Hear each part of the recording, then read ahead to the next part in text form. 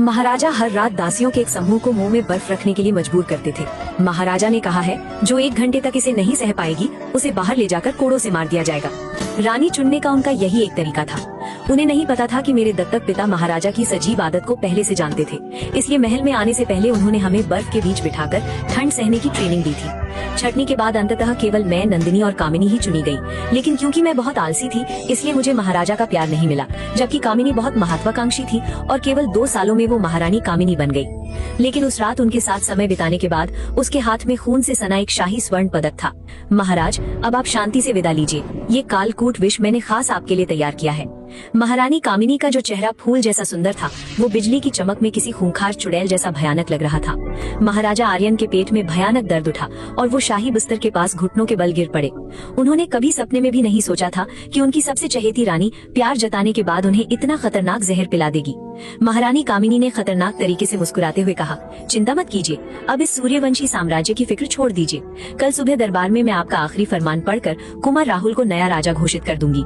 मेरे पिता जो महासेनापति हैं, वो राजकाज संभालेंगे। ये सूर्यवंशी साम्राज्य भले ही आपके खानदान का हो, लेकिन अब ये ठाकुरों का हो चुका है। जहरीली औरत! आर्यन के मुंह से काला खून निकल पड़ा। ये देखकर कि राजा अब कुछ ही पलों का मेहमान है, कामिनी मुड़ी और मेज से पदक का डिब्बा उठाने लगी। ठीक उसी समय आर्यन ने अपनी बची कुची पूरी ताकत लगाई, नक्काशीदार लकड़ी की खिड़की को तोड़ते हुए बाहर तूफान और बारिश में कूद पड़े। अगर मैं जिंदा बच गया तो तुम्हारे पूरे खानदान को मिटा दूंगा। बेहोशी छाने लगी। आर्यन को लगा जैसे उसकी हड्डियां तेजी से सिकुड़ रही हैं। उसकी त्वचा पर घने सफेद बाल उगाए। सेनापति विक्रम, हर जगह तलाश करो, उसे कल का सूरज नहीं देखना चाहिए। कामिनी की खौफनाक चीख बादलों की गरज में दब गई। सेनापति विक्रम गीले शाही कपड़े लेकर आया और घुटनों पर बैठ गया। महारानी जी, ये शाही बगीचे में गीले शाही कपड़े मिले हैं। कामिनी ने व्यंग से हंसते हुए कहा, चकमा देने की कोशिश? उसके अंदर जहर है और उसकी सारी ताकत खत्म हो चुकी है। आदेश जारी करो कि महल में कोई हत्यारा घुस आया है। महल के सारे दरवाजे बंद कर दो और जमीन पाताल एक करके उसे ढूंढ निकालो।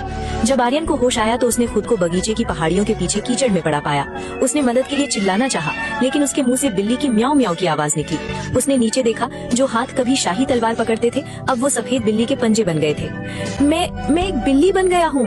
तभी एक अजीब सी मीठी खुशबू आई। आर्यन उस खुशबू का पीछा करते हुए एक बहुत ही खस्ता हाल और टूटे फूटे आंगन में जा घुसा। ये कौन सी जगह है? मेरे महल में इतनी टूटी फूटी जगह भी है? कौन है वहाँ? एक ठंडी और चौकन्नी आवाज गूंजी। आर्यन ने ऊपर देखा, एक औरत पुराना शॉल ओढ़े चूल्हे से जलती हुई लकड़ी उठाकर उसकी तरफ आ रही थी। नंदिनी, वो छोटी रानी जो 3 साल पहले महल में आई थी और इतनी आलसी थी कि उसने कभी राजा का चेहरा तक नहीं देखा था। दूर हटो, मैं इस देश का राजा हूँ, तुम्हारी ये मजाल? आर्यन गुस्से में दहाड़ा, लेकिन नंदिनी के कानों में सिर्फ एक कमजोर बिल्ली की आवाज पड़ी। अरे छोटी सी बिल्ली, तुम्हारी हिम्मत कैसे हुई? मेरा एक रुतबा है। नंदिनी ने लकड़ी नीचे रख दी। उसकी आंखों का डर अब एक अजीब सी खुशी में बदल गया। इतनी रात गए आसमान से एक भीगी हुई बिल्ली गिरी है, इसे धो धाकर पकाऊंगी तो मस्त दावत हो जाएगी। नहीं, मुझे मत खाओ। आर्यन भागना चाहता था, लेकिन बिना ताकत के उस औरत ने उसे सीधे गर्दन से पकड़कर उठा लिया। बचाओ, तुम क्या करने वाली हो? वो छटपटाया और चिल्लाया, लेकिन उसे सीधे एक गर्म पानी के टब में डाल दिया गया। मजाक कर रही थी रे, चल तुझे नहलाती हूँ। भाप के बीच नंदिनी ने अपनी आस्तीन चढ़ाई और एक खुरदुरे तौलिए से उसे जोर जोर से रगड़ने लगी। आर्यन चिल्लाना चाहता था, लेकिन उसके मुंह से सिर्फ शर्मनाक बिल्ली की आवाज निकली। मेरे शाही शरीर को तुम ऐसे कैसे छू सकती हो? कितनी गंदी है। दिखने में तो तू बड़ी सुंदर बिल्ली है, पर तेरी ये हालत किसने कर दी? नंदिनी ताने मारते हुए उसका सिर दबाकर रगड़ने लगी। आर्यन को बहुत अपमान महसूस हुआ। एक महान साम्राज्य का राजा एक औरत के हाथों टब में ऐसे नहा रहा है। ये घोर बेइज्जती थी, लेकिन असली सदमा तो अभी बाकी था। नहाने के बाद वो सफेद बिल्ली रेशम जैसी चमक रही थी और उसकी एक नीली और एक सुनहरी आंख दिए की रोशनी में हीरे जैसी चमक रही थी। नंदिनी देखती रह गई। उसने अचानक हाथ बढ़ाया और उसे पलटकर उसका पेट ऊपर कर दिया। तुम क्या कर रही हो, बेशरम औरत? आर्यन डर के मारे हवा में चारों पैर मारते हुए छटपटाने लगा। देखने दे, नर है या मादा? नंदिनी ने फुर्ती से उसके पैर फैलाए और देखकर थोड़ी निराशा से सांस ली। इतनी सुंदर है, पर अफसोस कि ये तो बिल्ला है। आर्यन शर्मिंदगी से मर जाना चाहता था। वो अपनी पूंछ से अपनी इज्जत बचाने लगा। महल के नियम बहुत सख्त है। बिल्लों का यहाँ वहाँ म्याऊ म्याऊ करना मौत की सजा है। नंदिनी रुकी और महारानी कामिनी से भी भयानक मुस्कान दी। कल तुझे जानवरों के वैद्य के पास ले जाकर तेरी नसबंदी करवा दूंगी, ताकि तू महल में लंबे समय तक बिना किसी खतरे के जी सके। आर्यन इतना डर गया कि उसके सारे बाल खड़े हो गए। उसकी आंखें फटी की फटी रह गई। नसबंदी? तुम राजा को नामर्द बनाओगी? अगर तुमने मेरे एक बाल को भी छुआ तो तुम्हारे पूरे खानदान को खत्म कर दूंगा। आर्यन नंदिनी की गोद से छिटककर सीधे छत की लकड़ी पर चढ़ गया और खंबे को कसकर पकड़कर कांपते हुए उस चुड़ैल औरत को घूरने लगा। मजाक कर रही थी, देख कैसे डर गया।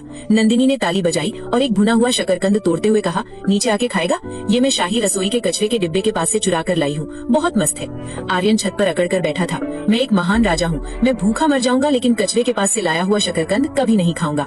कुछ ही देर बाद आर्यन अपना मुंह एक टूटे हुए कटोरे में घुसाए बुरी तरह से खा रहा था। मजा आ गया, ये चीज शाही खीर से भी ज्यादा मीठी कैसे हो सकती है। पेट भरने के बाद नंदिनी ने मोमबत्ती बुझा दी और बर्फ जैसे ठंडे बिस्तर में घुस गई। आर्यन को ठंड से छींकें आने लगी। अपनी जान बचाने के लिए वो भी बेशर्मी से नंदिनी के बिस्तर में घुस गया। जैसे ही वो लेटा, एक जोड़ी गर्म हाथों ने उसे उठाया और एक नर्म आगोश में खींच लिया। हिलना मत, आज रात तो मेरा हीटर बनेगा, नंदिनी बड़बड़ाई और अपनी ठुड्डी उसकी मुंडी पर रगड़ने लगी। आर्यन का शरीर अकड़ गया। वो एक औरत के गर्म सीने से चिपका था। ये पहली बार था जब उसे कोई ऐसे गले लगाकर सो रहा था। आर्यन के कान खड़े हो गए जब उसने नंदिनी को धीरे से खुश होते हुए सुना। आज सेवकों से सुना कि महाराजा को कोई गंभीर बीमारी हो गई है और वो मरने वाले हैं। अच्छा ये है, अगर वो जालिम राजा सच में मर जाए तो इस महल में कुछ दिन शांति रहेगी। जालिम राजा मेरी मौत की दुआ कर रही है? नंदिनी, मैंने तुझे याद कर लिया है। आर्यन मन ही मन गुस्सा करने लगा। बारिश की वो रात खून जमा देने वाली थी। बिल्ली बना साम्राज्य का राजा अपनी सबसे बुरी हालत में अपने दुश्मन की बाहों में गहरी नींद सो गया, लेकिन उसे नहीं पता था कि ये तो उसके संघर्ष की बस शुरुआत थी। अगली सुबह आर्यन की नींद भूख और गरीबी की महक से खुली।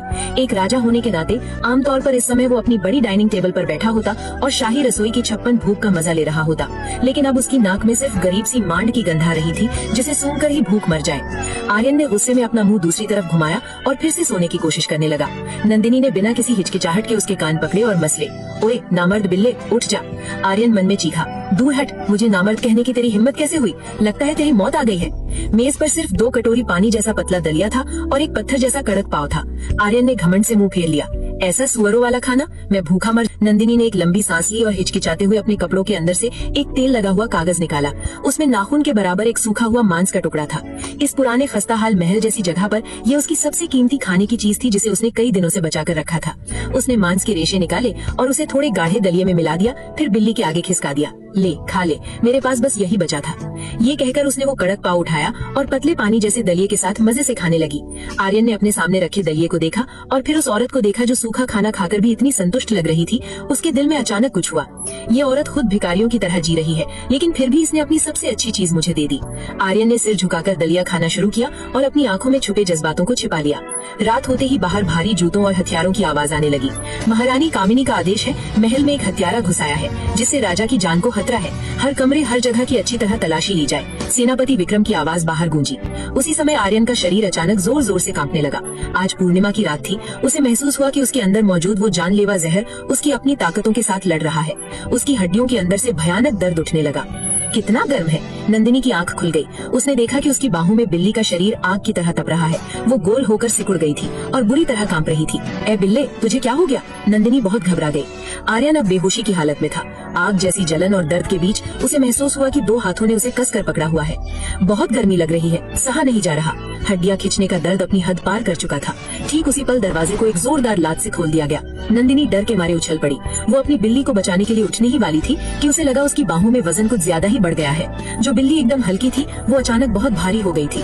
बालों का वो मुलायम एहसास गायब हो गया था और उसकी जगह एक मजबूत और आग की तरह तपती हुई इंसानी त्वचा ने ले ली थी। नंदिनी ने नीचे देखा तो उसकी आंखें फटी रह गईं। रजाई के अंदर अब कोई सफेद बिल्ली नहीं थी। इस वक्त उसकी बाहों में एक लाल चेहरे वाला आदमी लेटा हुआ था। दरवाजे से आ रही मशाल की रोशनी में उसने देखा कि वो आदमी बहुत कमजोर लग रहा था। उसने मुश्किल से अपना सिर उठाया और उसे ही घूर रहा था। दोनों की नजरें मिली और कमरे में सन्नाटा छा गया। तभी कदमों की आवाज बिस्तर के करीब आई और एक बड़े हाथ ने बिस्तर का पर्दा हटाने की कोशिश की। छोटी रानी जी, गुस्ताखी माफ हो, इसे कोई नहीं देखना चाहिए। नंदिनी का दिमाग सुन्न हो गया था। बस यही एक ख्याल उसके मन में था। ये आदमी कोई भी हो, अगर आधी रात को किसी रानी के बिस्तर पर एक गैर मर्द पकड़ा गया तो पूरे खानदान को मौत के घाट उतार दिया जाएगा। सिपाही के पर्दा हटाने से ठीक एक पल पहले उसने बिना सोचे समझे उस आदमी के सिर के पीछे हाथ रखा और उसके चेहरे को सीधे अपनी छाती में छिपा लिया और फिर रजाई को ऊपर तक खींच लिया ताकि दोनों सिर से लेकर पैर तक छुप जाएं। रजाई के अंदर गर्मी तेजी से बढ़ने लगी। आर्यन पूरी तरह से नंदिनी की बाहों में कैद था। उसका चेहरा जबरन उस कोमल जगह पर दबा हुआ था। वो उस औरत की दिल की धड़कनें साफ सुन सकता था जो बहुत तेज धड़क रही थी।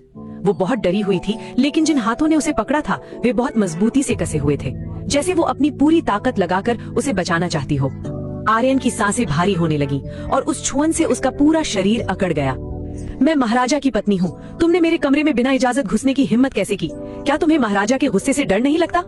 ये सुनकर सिपाही का हाथ रुक गया। हालांकि वो एक बिना अहमियत वाली रानी थी, लेकिन फिर भी शाही खानदान का हिस्सा थी। लेकिन ये महारानी कामिनी का आदेश था, अगर वो खाली हाथ लौटा तो शायद उसे मार डाला जाएगा। ये सोचकर सिपाही ने दोबारा हाथ बढ़ाया और झटके से बिस्तर का आधा पर्दा खोल दिया। आह! नंदिनी जोर से चिल्लाई। उसी पल उसके अंदर बचने की एक अजीब सी ताकत आ गई। वो पूरी तरह से रजाई के ऊपर औंधे मुंह लेट गई, ताकि जो भी रजाई के नीचे है वो पूरी तरह दब जाए। उसकी आवाज कांप रही थी, लेकिन वो बहुत तेज चिल्लाई, बाहर निकलो, अंदर आने की हिम्मत कैसे हुई? मैं कपड़े बदल रही हूँ, क्या तुम सब नीच लोग मेरा बदन देखना चाहते हो? उसकी चीख सुनकर सिपाही का हाथ कांप गया।